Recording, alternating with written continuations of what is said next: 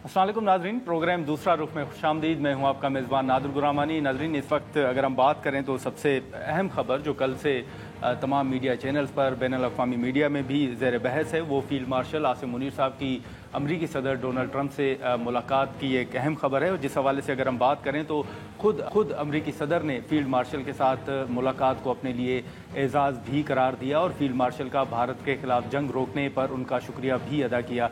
इस हवाले से मुख्तलिफ़ चीज़ें जो हैं वो सामने आ रही थी। इस हवाले से पहले भी रिपोर्ट्स थी कि वहाँ पर जो एक मुलाकातों का अगर हम जिक्र करें तो फील्ड मार्शल साहब ने वहाँ पर जो ओवरसीज़ पाकिस्तानीज़ हैं उनके साथ भी अहम मुलाकातें की और इवन वहाँ पर जो सवालात हुए थे उनका जवाब भी दिया और उनको वेलकम भी किया गया ओवरसीज़ पाकिस्तानीज़ की जानिब से। वहाँ पर पाकिस्तान के अंदर अगर हम बात करें तो इस वक्त जो जजेस ट्रांसफ़र के ख़िलाफ़ बानी पीटीआई इमरान खान साहब समेत जो मुख्तलिफ़ दरख्वास्तें थीं वो दरख्वास्तें मुस्तरद कर दी गई हैं और जो जजेस ट्रांसफ़र है उसको आइनी करार दिया गया है। मुख्तलिफ़ चीज़ें हैं। बजट के हवाले से हम पहले भी बात कर चुके हैं। अब जो हुकूमत की इत्तेहादी जमात है पाकिस्तान पीपल्स पार्टी, उनके जो मुतालबात थे 4 मुतालबात अब वफाकी हुकूमत ने बजट के हवाले से मान लिए हैं। अब इस हवाले से पाकिस्तान पीपल्स पार्टी के जो मुतालबात या तहफ़्फ़ुज़ात की अगर हम ख़ास तौर पर बात करें तो वो इस वक्त बजट के हवाले से तहफ़्फ़ुज़ात हमें नज़र नहीं आ रहे। अलबत्ता आज मौलाना फजल रहमान साहब ने कौमी असम्बली में अपना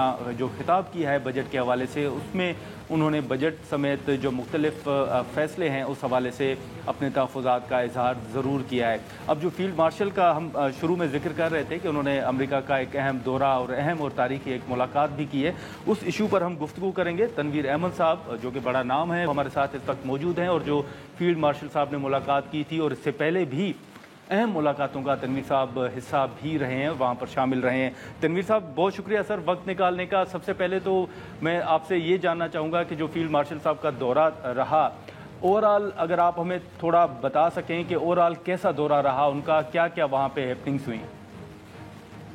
First of all, thank you for having me. जो field marshal general Asim Munir का दौरा बड़ा कामयाब जा रहा है कि जैसे कि हम जानते हैं, he has become the first serving chief of army staff to have a face-to-face meeting with any sitting US president. तो ये ओकेजन को अगर आप देखें तो it also marked the first time कोई भी Pakistani serving army chief had received formal invitation at this level without holding any political office or governing body here.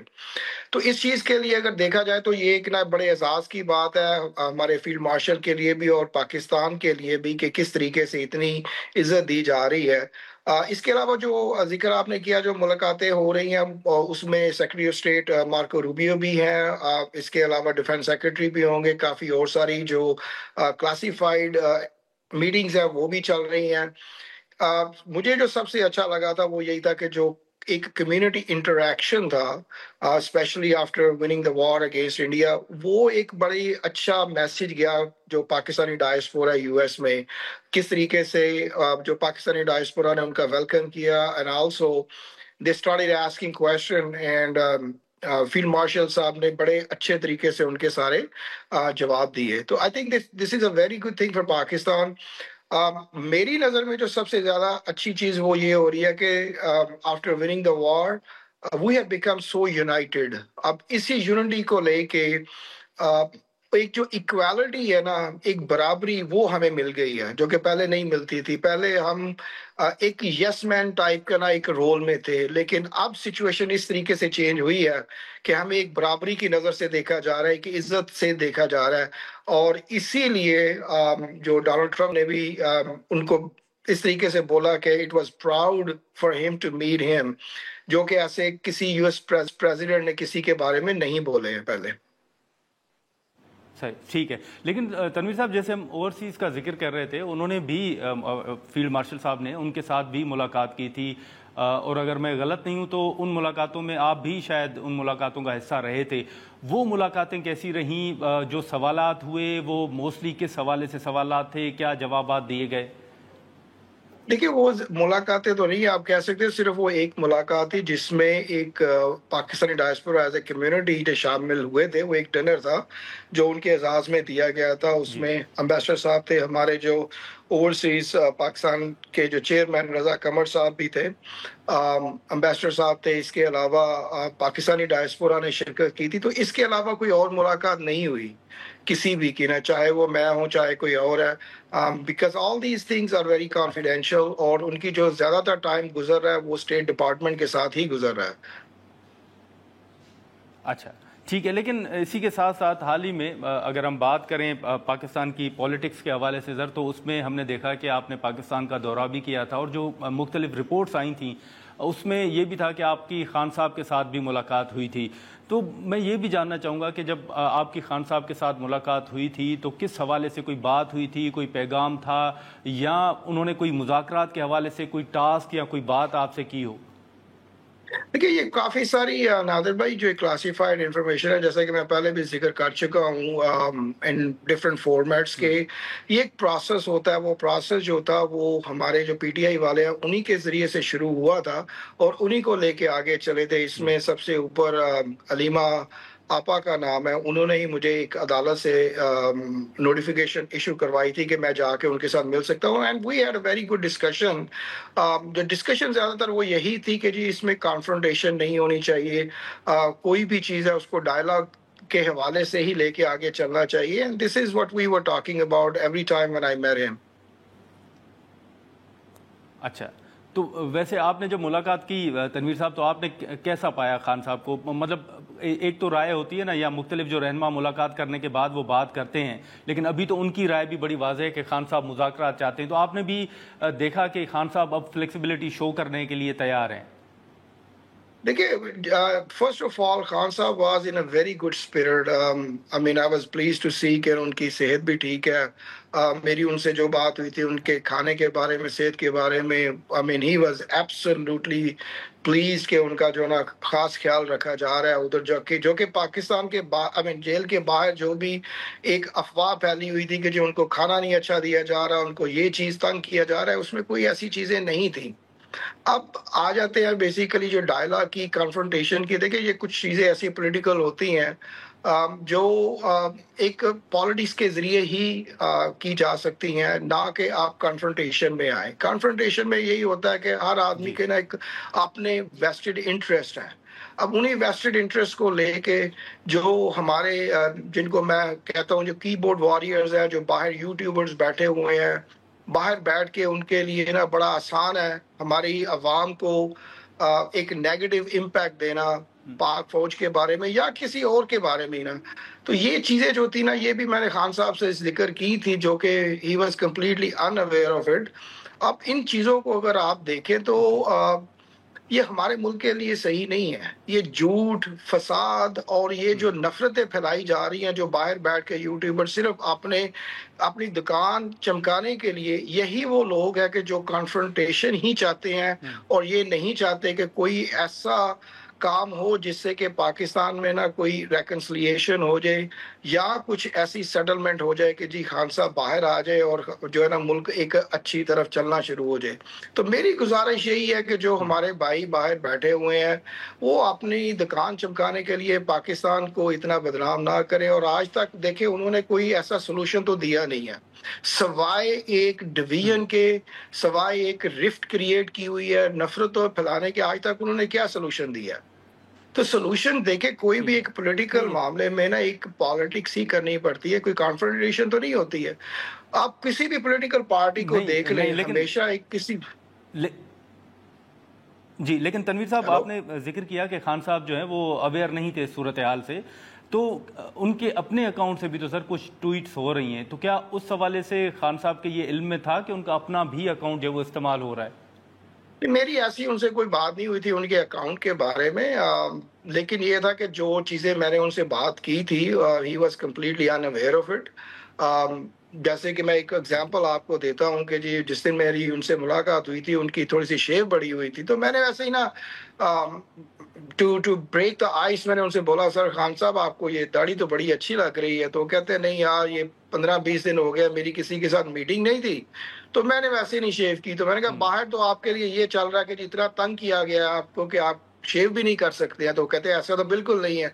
तो मैंने कहा सर यही बात है कि जो आपकी बाहर जो चीजें जा रही हैं वो बिल्कुल डिफरेंट जा रही हैं। تو دیکھیں اسی سب سے بڑی ایگزامپل اسی کو لے کے اگر آپ دیکھ لیں تو میرا نہیں خیال کہ جو باہر چیزیں آپ سوشل میڈیا پہ اسپیشلی دیکھتے ہیں ان پہ ہمیں کوئی یقین کرنا چاہیے یا کوئی اس پہ کوئی حقیقت ہوتی ہے.